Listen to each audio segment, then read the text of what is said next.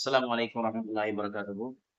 நாமெல்லாம் ஆவலோடு எதிர்பார்த்து கொண்டிருந்த 2024ஆம் ஆண்டுக்கான எக்ஸிட் போல் ரிசல்ட்ஸ் இன்னைக்கு இந்தியாவுடைய முக்கியமான மீடியாக்கள் எல்லாம் வெளியிட்டிருக்கக்கூடிய காட்சியை நம்ம பார்த்து கொண்டிருக்கிறோம். இதுல முக்கியமா கவனிக்கக்கூடிய ஒரு விஷயம் என்னவென்று சொன்னால், நாம் எதிர்பார்த்ததை போல் எல்லா ஊடகங்களும் ஒரு போலியான ஒரு கருத்து கணிப்பைத்தான் வெளியிட்டது போன்று அவர்களுடைய நடவடிக்கைகள் இருந்து கொண்டது. காரணம் என்னவென்று சொன்னால், கர்நாடகா மாநிலத்தை பொறுத்தவரையில காங்கிரஸ் ஆளக்கூடிய காங்கிரசுடைய ஆட்சி நடந்து கொண்டிருக்கக்கூடிய இந்த நிலையில் கர்நாடகாவில் பிஜேபி தான் முன்னிலை வகித்துக் கொண்டிருக்கிறது. கர்நாடகாவில் காங்கிரசுக்கு கணிசமான சீட்டு கூட கிடைக்காது என்கின்ற அடிப்படையில கருத்து கணிப்பு வந்தது. இது ஒரு பக்கம். அதுக்கப்புறம் வெஸ்ட் பெங்கால் எடுத்துக்கிட்டோம்னு சொன்னாங்க. வெஸ்ட் பெங்கால்ல மம்தா பானர்ஜி அவர்கள் 11லிருந்து 14 சீட்டு தான் வாங்குவாங்க.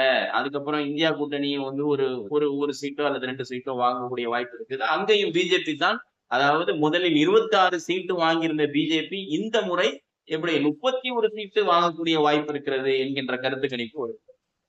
சரி, இதெல்லாம் விட்டுட்டு கேரளா பக்கம் போனா கேரளால என்ன சொல்றாங்க? கேரளாவிலும் 17 19 தொகுதிகளை இந்தியா கூட்டணி வெல்லும். 1 2 கூட்டணியை லெப்ட் வாங்கறதுக்கு வாய்ப்பு இருக்கு. அங்கேயும் ஒரு தொகுதியாவது பிஜேபி வெல்வதற்கு உண்டான வாய்ப்புகள் இருக்கிறது என்கின்ற அடிப்படையில அங்கேயும் ஒரு தொகுதிகள் பிஜேபி வெல்வதற்கு உண்டான வாய்ப்புகள் இருக்கிறது என்கின்ற அடிப்படையில அங்க என்ன செய்யறாங்க? ஒரு கருத்து கணிப்பு வைக்கிறாங்க.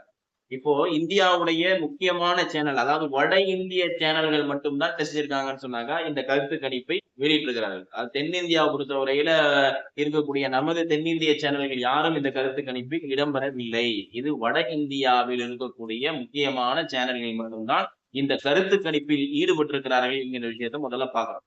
இதுல முக்கியமா நம்ம சொல்ல போறோம்னு சொன்னாக்கா இந்தியா டிவி, அந்த டிவி இந்த கருத்து கணிப்புல ஈடுபட்டு இருக்குது. இந்தியா டுடே என்று சொல்லக்கூடிய அது ஈடுபட்டு இருக்குது. Republic TV, G news, access my India இப்படின்னு சொல்லிட்டு வட மாநிலங்களை இருப்பிடமாக கொண்ட வட மாநிலங்களை தீர்மானிக்கக்கூடிய அந்த மீடியாக்கள் மட்டும்தான் என்ன செய்யப்பட்டிருக்கிறது என்று சொன்னால் இந்த கருத்து கணிப்பில் ஈடுபட்டிருக்கிறார்கள். இதுல 543 தொகுதிகளில் ஏறக்குறைய எல்லா தொகுதிகளையும் சேர்த்து கருத்து கணிப்பு என்ன செஞ்சிச்சு? வெளியிடப்பட்டுருச்சு.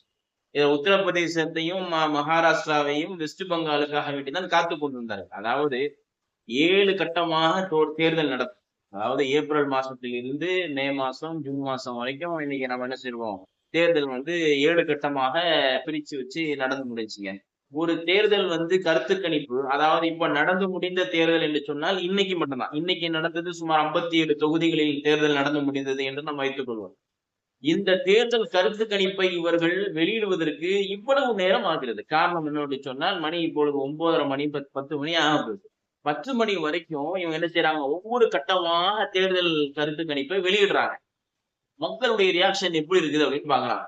மக்களுடைய பல்ஸ பாக்குறாங்க. மக்கள் எப்படி இதை எப்படி எடுத்துக்கிறாங்க அப்படிங்கிற விஷயத்த பார்த்துட்டு ஒவ்வொரு விஷயமாக என்ன செய்யறாங்க? கருத்து கணிப்பை வெளியிடுறாங்க. இந்த கருத்து கணிப்பு வெளியிட்ட உடனேயே காங்கிரஸ் என்ன சொல்லிவிட்டது என்று சொன்னால், இது போலியான கருத்து கணிப்பு, நீங்கள் யாரும் நம்பாதீர்கள், நீங்கள் காத்திருங்கள், ஜூன் 4ஆம் தேதிக்காக வேண்டி நீங்கள் காத்திருந்து கொள்ளுங்கள். நிச்சயமான முறையில இந்தியா கூட்டணி மிகப்பெரிய ஒரு வெற்றியை அடையும் என்பதாக காங்கிரஸ் தெளிவான முறையில அவங்களுடைய பதிவு சொல்லிட்டாங்க. இதுக்கு ஒரு படி மேல போய் யாருன்னு சொன்னாக்கா ஆம் ஆத்மி கட்சியுடைய எம்எல்ஏ, அவருடைய பேர் சோம்நாத் பார்த்தி என்று சொல்லக்கூடிய எம்எல்ஏ என்ன சொல்றாரு? பிரதம மந்திரி, அதாவது நரேந்திர மோடி மீண்டும் பிரதமர் ஆனால் என்று சொன்னார், நான் என்ன செய்யறேன்? மொட்டை அடிச்சுக்கிறேன் அப்படிங்கிறாரு. அவர் ஒரு படி மேல, வாய்ப்பே கிடையாது, அவர் மறுபடியும் பிரதம மந்திரி ஆகிறதுக்கு உண்டான எந்த ஒரு வாய்ப்பும் கிடையாது என்பதாக சோம்நாத் பார்த்தி என்று சொல்லக்கூடிய ஆம் ஆத்மியுடைய எம்எல்ஏ குறிப்பிட்டு காமிக்கிறார். இது ஒரு பக்கம் இருக்குது. இப்படி இப்போ சமீபமா, அதாவது இந்த கருத்து கணிப்பு வெளியிடுறதுக்கு முன்னாடியே இந்தியா அலையன்ஸ் என்ன செஞ்சாங்க? ஒரு பத்திரிகையாளர் சந்திப்பு நடத்தி சொன்னாங்க, 295 தொகுதிகளில் நாங்கள் இந்திய அலையன்ஸ் பெரும்பான்மையான இடங்களை நாங்கள் கைப்பற்றுவோம் என்பதாக கூறியிருந்தார். இது குறிப்பிடத்தக்கது. ஆனால் இப்ப நாம அந்த கருத்து கணிப்பு வெளியிட்டதுக்கு அப்புறம் இவங்க சொல்லக்கூடிய விஷயத்த பாக்குறோம். பஞ்சாப் பொறுத்தவரையில பிஜேபி அங்க என்ன செய்யறது? வாய்ப்பே இல்லைன்னு சொல்லி இருக்கக்கூடிய ஒரு இடம். காங்கிரஸும் ஆம் ஆத்மியை மட்டும்தான் அங்கே வெல்வதற்கு உண்டான வாய்ப்புகள் என்று சொல்லக்கூடிய இடத்துல கருத்து கணிப்பு என்ன சொல்றாங்க? 4 தொகுதி பிஜேபி அங்க வெல்றதுக்கு உண்டான வாய்ப்புகள் இருக்குது அப்படிங்கிறாங்க. 1.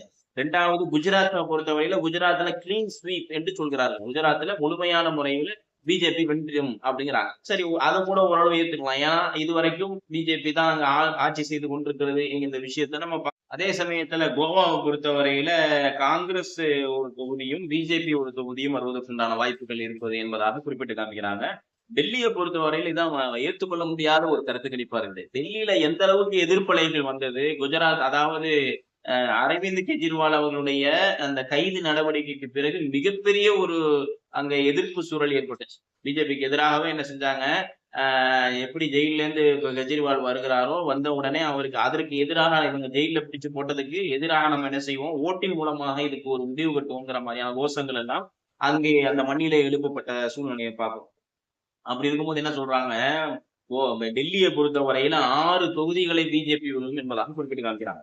இப்போ ஆம் ஆத்மி கட்சியும் காங்கிரஸும் சேர்ந்து, அதாவது ஆம் ஆத்மி 4 தொகுதிகளிலும் காங்கிரஸ் 3 தொகுதிகளிலும் டெல்லியில வந்து போட்டியிடு.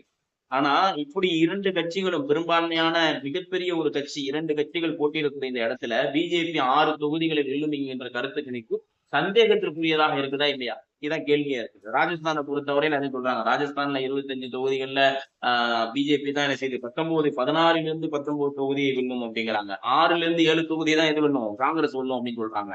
இது ஒரு பக்கம் இருக்குது. மிசோரமை பொறுத்தவரையில காங்கிரஸ் தான் வெல்லக்கூடிய ஒரு வாய்ப்பு இருக்கு. தெலுங்கானால கடுமையான போட்டி நடக்குது. அது எப்படின்னு சொல்ல முடியல. ஏன்னா தலா 7ல இருந்து 9 தொகுதிகளை என்ன செய்வாங்க, இந்தியா கூட்டணியோ அல்லது வந்து பிஜேபி என்டிஏ கூட்டணியோ வெல்வதற்கு உண்டான வாய்ப்புகள், அதாவது சராசரியாக வெல்லக்கூடிய ஒரு வாய்ப்பு, இருவரும் சமமான ஒரு நிலையில் வருவார்கள் என்கின்ற ஒரு விஷயத்த சொல்றாங்க. மணிப்பூரை பொறுத்தவரையில காங்கிரஸ் தான் தெரிஞ்சு போன விஷயம்.